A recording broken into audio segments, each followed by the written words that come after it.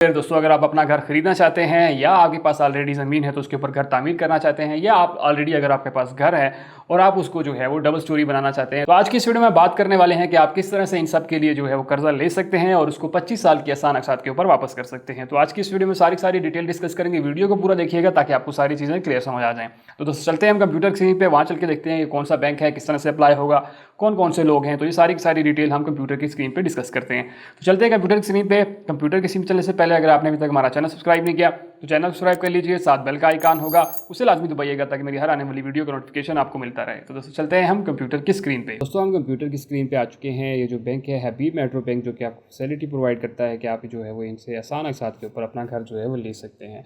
तो हम इसकी थोड़ी सी डिटेल जो है वो डिस्कस करेंगे। यहाँ पे होम फाइनेंसिंग है हबीब मेट्रो की जानिब से, और ये कहता है कि आप जो है if you have always dream of having home, आप अपना कोई घर ख़रीदना चाहते हैं या घर की रेनोवेशन कराना चाहते हैं या घर के लिए कोई आपने ज़मीन लेनी है या डबल स्टोरी करनी है, तो उसके लिए आप जो है वो इनसे कर्जा हासिल कर सकते हैं।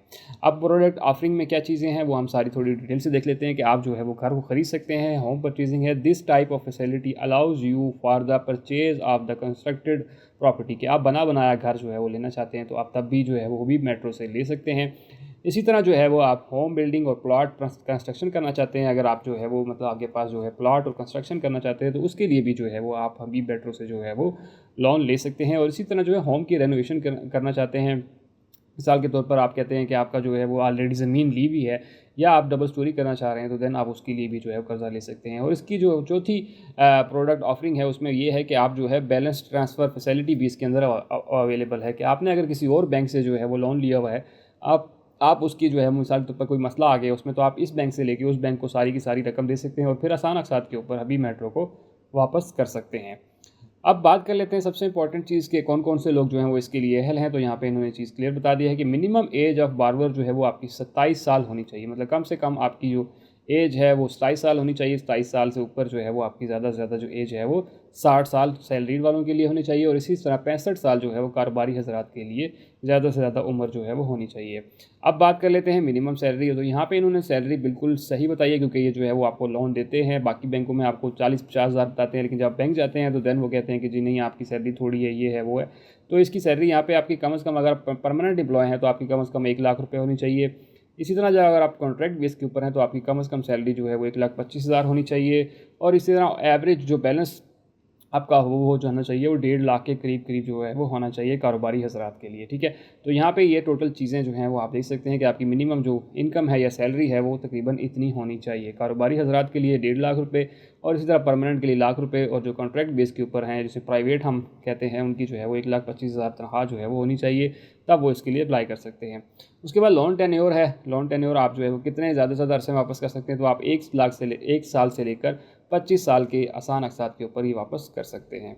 उसके बाद length of employment and business, आप जो है मिनिमम आपको 2 साल जो है वो हो जाने चाहिए। कहीं भी आप जॉब कर रहे हैं या ऑलरेडी अगर आपका बिज़नेस है तो उस चीज़ को भी आपको तकरीबन 2 साल का अरसा जो है वो हो जाना चाहिए, कारोबार करते हुए या जॉब करते हुए। इसी तरह फाइनेंसिंग अमाउंट की बात करें कि आप यहाँ से कितना ज़्यादा लोन ले सकते हैं घर के लिए, तो आप जो है वो 5 लाख रुपए से लेके 100 मिलियंस तक का जो है लोन ले सकते हैं, जो कि बहुत बड़ी अमाउंट है। तो आप डिपेंड करता है कि आप कितने तक का घर लेना चाहते हैं, क्योंकि जितने तक का घर लेंगे उस हिसाब से आपने जो है किस्तें देनी होगी और उसी हिसाब से सारी चीज़ें चलेंगी।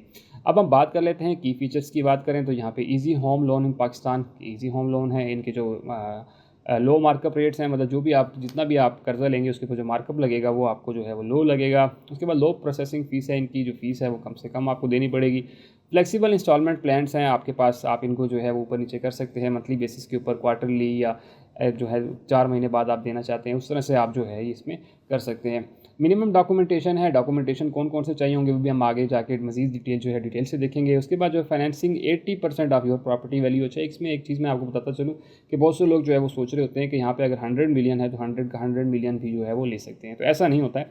ऐसा होता है बैंक हर बैंक में यही होता है कि आप जो है अगर मिसाल के तौर पर आप फॉर एग्जांपल दे रहा हूँ कि 1 लाख रुपए का घर लेना चाहते हैं, घर एक मैं एग्जांपल के लिए 1 लाख कह रहा हूँ, तो आप उस बैंक अगर आपको कहता है कि आप 1 लाख रुपए ले सकते हैं मुझसे घर लेने के लिए, लेकिन आपकी जो प्रॉपर्टी आती है वो आ जाती है, मिसाल के तौर पर आप कह लें कि जी वो 80% आ जाती है, ठीक है। तो 80% में आपको हो गया, कितना हो गया, 1 लाख के ऊपर 80,000, तो 80,000 जो है वो आपको बैंक देगा। और कहे वो 1 लाख रख रहा है लेकिन आपको 80,000 देगा, क्योंकि प्रॉपर्टी की वैल्यू ही 1 लाख रुपये, तो इसलिए बैंक जो है वो 80% आपको पैसे देगा। इसी तरह अगर मिसाल के ऊपर हम कहें 1 करोड़ की है, तो देन आपको जो है बैंक वो 80 लाख रुपए जो है वो देगा, बाकी जो है वो आपने देने होते हैं।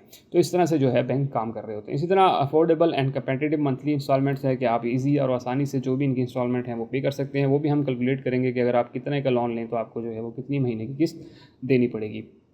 उसी तरह डॉक्यूमेंटेशन की बात करें तो यहाँ पे आपको फिल आउट एप्लीकेशन फॉर्म एक चाहिए होगा, जो कि एक आपको बैंक से मिल जाएगा। इसी तरह CNIC कॉपी जो है वो आपको चाहिए होगी। प्रूफ ऑफ इनकम डॉक्यूमेंट्स चाहिए होंगे। कॉपी ऑफ प्रॉपर्टी डॉक्यूमेंट्स जो है, डिटेल ऑफ प्रॉपर्टीज़ वगैरह चाहिए होंगी। इसी तरह इसके मजीद डॉक्यूमेंट्स हैं वो कौन कौन से हैं वो हम भी डिटेल से देख लेते हैं। तो यहाँ पे इन्होंने पूरी डिटेल जो है वो दी हुई है, लेकिन ये डिपेंड कर रहा है, सैलरी वालों के लिए अलग है और सेल्फ एम्प्लॉयड के लिए अलग है। जैसे यहाँ पे लोन एप्लीकेशन फॉर्म जो है वो आपको चाहिए होगा, वो सैलरी वालों को भी चाहिए होगा, सेल्फ को भी चाहिए होगा। इसी तरह जो है वो प्रोडक्ट डिस्क्लोजर शीट चाहिए होगी आपको, ठीक है, वो दोनों को चाहिए होगी। इसी तरह वैलिड CNIC जो है चाहिए होगा। इसमें एक ज़बरदस्त चीज़ है कि को एप्लीकेंट भी शामिल कर सकते हैं, कि आप और 2 बंदे मिलकर भी जो है वो घर ले सकते हैं। वो भी आपको जो है वो यहाँ पे CNIC उनकी भी चाहिए होगी और आपकी भी चाहिए होगी, अगर तो वो 2 बंदे मिलकर ले रहे हैं। 2 पासपोर्ट कलर के फ़ोटोग्राफ चाहिए होंगे, ये भी दोनों के लिए, सैलरी वालों के लिए भी चाहिए और बिज़नेस वालों के लिए भी चाहिए। Undertaking for the first time home owner, आपको एक अंडरटेकिंग करनी पड़ेगी कि आप अगर इनसे घर ले रहे हैं तो आपका पहले जो है वो कोई भी घर नहीं होना चाहिए, ठीक है। तो ये एक आपने जो है एफिडेविट देना होगा, जिसे हम स्टाम्प पेपर कहते हैं, वो लिख के देना होगा। उसके बाद है प्रूफ ऑफ अलॉटमेंट होना चाहिए, ट्रांसफ़र होना चाहिए और सारे डॉक्यूमेंट्स जो है प्रॉपर्टी के होने चाहिए। मिसाल के तौर पर आपने अगर आपको ज़मीन वगैरह ली हुई है या घर वगैरह आपने ली हुई है और आप उसके ऊपर कंस्ट्रक्शन करना चाहते हैं, तो देन वो चीज़ आपके नाम पर होनी चाहिए। सारी चीज़ें जो हैं वो उसके प्रूफ आपको चाहिए होंगे। डायरेक्ट डेबिट अथॉरिटी होना चाहिए आपके पास, जो कि आपको जो है वो इनसे अथॉरिटी लेनी पड़ेगी, वो भी ओरिजिनल सर्टिफिकेट आपको चाहिए होगा। इसी तरह जो है प्रूफ ऑफ एम्प्लॉयमेंट, गवर्नमेंट के एम्प्लॉय हैं या एम्प्लॉय हैं तो उनके लिए क्या है कि एम्प्लॉयमेंट लेटर चाहिए होगा, ठीक है। और अगर कारोबारी हैं तो आपको पार्टनरशिप डीड चाहिए होगा। एम्प्लॉयमेंट सर्टिफिकेट आपको चाहिए होगा अगर आप जॉब करते हैं। और इसी तरह जो है अगर आप जो है दुकानदार हैं तो देन आपको प्रोफेशनल डिग्री, डिप्लोमा वगैरह चाहिए होगा। ये इन केस है कि अगर आपको कोई ऐसी दुकान है जिसमें जो है वो डिग्री की ज़रूरत पड़ती है, जैसे मेडिकल स्टोर हो गया, क्लिनिक हो गया, तो उसके लिए चाहिए होगा, बाकियों के लिए नहीं चाहिए होगा। इसी तरह एंटी सर्टिफिकेट चाहिए होगा। रेंट एग्रीमेंट जो चाहिए होगा, जो जहाँ भी आप जो है वो आपकी शॉप है या ऑफिस है वो उसका एग्रीमेंट चाहिए होगा। बैंक सर्टिफिकेट चाहिएगा, वह सोल प्रोप्राइटर के लिए चाहिए होगा। पार्टनरशिप के लिए अगर आप कोई पार्टनरशिप पे हैं, ठीक है, तो उसके लिए आपको सर्टिफिकेट भी चाहिए होगा। इसी तरह इनकम प्रूफ के लिए क्या क्या चाहिए होगा, तो आपको जो है वो अकाउंट मेंटेनेंस सर्टिफिकेट जो है होगा, 6 महीने की जो है स्टेटमेंट आपको चाहिए होगी सैलरी वालों के लिए। और इसी तरह जो है वो आपको 6 मंथ की जो है वो बैंक स्टेटमेंट चाहिए होगी कारोबारी हजरात के लिए। इस तरह सैलरी सर्टिफिकेट आपको चाहिए होगा। इस तरह करंट सैलरी स्लिप चाहिए होगी, ये इनके लिए चाहिए होगी जो कि जो है वो जॉब करते हैं। इसी तरह जो है वो इनफॉर्मल सेक्टर में आ जाए, रेंट एग्रीमेंट आपको चाहिए होगा, दोनों को चाहिए होगा। इसी तरह रेंट पेमेंट डिटेक्शन होगा, दोनों के लिए चाहिए होगा। यूटिलिटी बिल्स की कॉपी दोनों को चाहिए होगी। उसके बाद टेलको बिल चाहिए होंगे, दोनों को चाहिए होंगे। इसी तरह स्कूल फीस चालान आप दोनों को जो है वो चाहिए होंगे। इसी तरह जो है documentation for bank internal use कौन कौन से होंगे, उसमें जो है वो आपको इनकम एस्टिमेशन जो है वो चाहिए होगी। जहाँ भी आप अगर कोई प्लॉट खरीद रहे हैं, घर खरीद रहे हैं, तो वो टोटल एस्टिमेशन उसकी जो है वो आपको चाहिए होगी, जो कि आपको मार्केट से या किसी भी बैंक के ऐसे इदारे से करवानी पड़ेगी जो कि उस मार्केट को जानता हो। बैरियर रिपोर्ट चाहिए होगी आपका। ECB में आपका नाम नहीं होना चाहिए, मीन्स आपने पहले किसी जगह से अगर लोन लिया हुआ तो आपने पूरा वापस किया हुआ हो।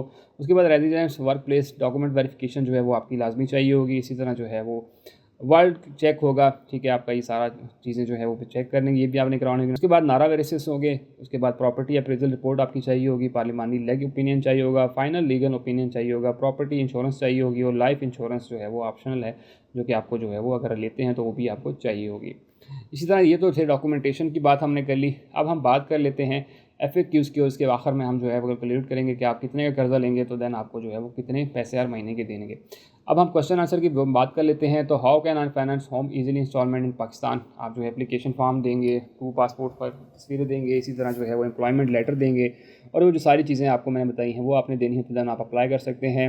हाउ मच होम लोन का ये गेट पाकिस्तान, जैसे मैंने शुरू बताया कि आप जो है वो 5 लाख रुपए से लेके 100 मिलियन तक का लोन जो है वो ले सकते हैं, और 25 साल के अरसे तक जो है वो आसान अकसात के ऊपर ले सकते हैं। How to apply get mode is visit near आपने जो है हैवी मेट्रो की जो भी ब्रांच है वहाँ विजिट कर सकते हैं। और 24/7 आपके पास जो है वो ये हेल्पलाइन है, आप उसके ऊपर भी कॉल करके मज़ीद डिटेल ले सकते हैं। हमेशा जो है आपने एक अच्छा काम ये करना होता है कि सबसे पहले आप डायरेक्ट बैंक ना चले जाएँ, आप पहले इनके ऊपर कॉल करके थोड़ी सी डिटेल लेंगे तो आपको आइडिया हो जाएगा कि आपने जब बैंक जाना है तो वहाँ किस तरह से बात करनी है, तो एक आइडिया रह जाता है। तो हमेशा जब भी आप बैंक जाएँ उससे पहले आप जो है वो एक इनके नंबर्स पे कॉल करके थोड़ी सी डिटेल ले लें, ताकि आपको नुमाइंदा गाइड कर देगा। और फिर जब आप बैंक जाएंगे तो आपको थोड़ी सी आसानी हो जाएगी आपने किस तरह से अप्लाई करना है। और यहाँ पे काफ़ी हेल्प कर देते हैं आपको मोबाइल फ़ोन के ऊपर ही कि आपने कैसे जाना है, किससे मिलना है, तो इस तरह की चीज़ें आपको यहीं पर डिटेल मिल जाती है। तो ये एक चीज़ थी। उसके बाद हम बात कर लेते हैं कि अगर आप जो है महीने के कितने पैसे लेंगे तो आपको महीने की किस्त कितनी पड़ेगी। तो यहाँ पे आपने सिंपल सेलेक्ट करना है। अगर आप कारोबारी सेल्फ एम्प्लॉयड बिजनेस हैं तो आप ये सिलेक्ट करेंगे, सैलरी वाले ये हैं, तो उसके बाद सैलरीड एम्प्लॉयड बैंकिंग कस्टमर हैं तो ये हैं। हम कहते हैं हम सैलरीड हैं, इसी पर क्लिक किया। उसके बाद जो है आप परचेज़ करना चाह रहे हैं, कंस्ट्रक्शन करना चाह रहे हैं, रेनोवेट करना चाह रहे हैं, तो हम घर को परचेज़ करना चाह रहे हैं, मैंने इस पर क्लिक किया। उसके बाद टेन्योर आप कितना कहते हैं कि आप कितने साल में वापस करना चाहते हैं पैसे, तो हम कहते हैं मैं ज़्यादा से ज़्यादा 25 साल के अंदर वापस करना चाहता हूँ। उसके बाद जो है वो आपने प्रॉपर्टी की प्राइस बतानी है। मिसाल के ऊपर मैं कहता हूँ कि मेरी प्रॉपर्टी की प्राइस जो है वो 30 लाख रुपए दिया, और आप जो डिज़ायर फाइनेंसिंग अमाउंट आप कितना लेना चाहते हो, तो मैं कहता हूँ कि जी मैं जो है वो कम से कम जो है वो 15 लाख रुपए बैंक से जो है वो लेना चाहता हूँ, ठीक है। और उसके बाद सिंपल मैंने कैलकुलेट के बटन के ऊपर क्लिक करूँ तो आपकी जो टेंटेटिव मंथली इंस्टॉलमेंट बनेगी वो 31,025 रुपये जो है हर महीने के हिसाब से बनेगी। अगर आप जो है वो 15 लाख रुपए तक का लोन लेते हैं। अगर हम इसको ज़्यादा करते हैं, मैं मिसाल के ऊपर मैं कहता हूँ कि जी मैं 20 लाख रुपए तक का लोन लेता हूँ, तो तब हम कैलकुलेट कर लेते हैं कि हमें कितनी जो है महीने की इंस्टॉलमेंट जो है वो देनी पड़ेगी। तो अगर आप 20 लाख रुपए तक का कर्जा लेते हैं तो आपको 41,366 रुपये जो है महीने की किस्त पड़ेगी। तो दोस्तों ये वो बैंक था हबीब मेट्रो, जो कि आपको ये फैसिलिटी प्रोवाइड करता है कि आप जो है वो इनसे घर के लिए कर्जा ले सकते हैं और उसे आसान अकसात के ऊपर वापस कर सकते हैं। होप सो आपको सारी चीज़ें क्लियर समझ आ गई होंगी। अगर आपका फिर भी कोई क्वेश्चन है तो मुझे कमेंट सेक्शन में लाजमी बताइएगा। और सबसे इंपॉर्टेंट ये कि दूसरे दोस्तों तक वीडियो लाजमी शेयर कीजिए ताकि बाकी लोग भी इसी से फ़ायदा उठा सकें। और सबसे आखिर में अगर आपने अभी तक हमारा चैनल सब्सक्राइब नहीं किया तो चैनल को सब्सक्राइब कर लीजिए, साथ बेल का आइकन होगा उसे लाजमी दबाइएगा ताकि मेरी हर आने वाली वीडियो का नोटिफिकेशन आपको मिलता रहे। दोस्तों मिलते हैं इसी तरह की अगली वीडियो में, तब तक के लिए मुझे इजाज़त दीजिए। अल्लाह हाफिज़।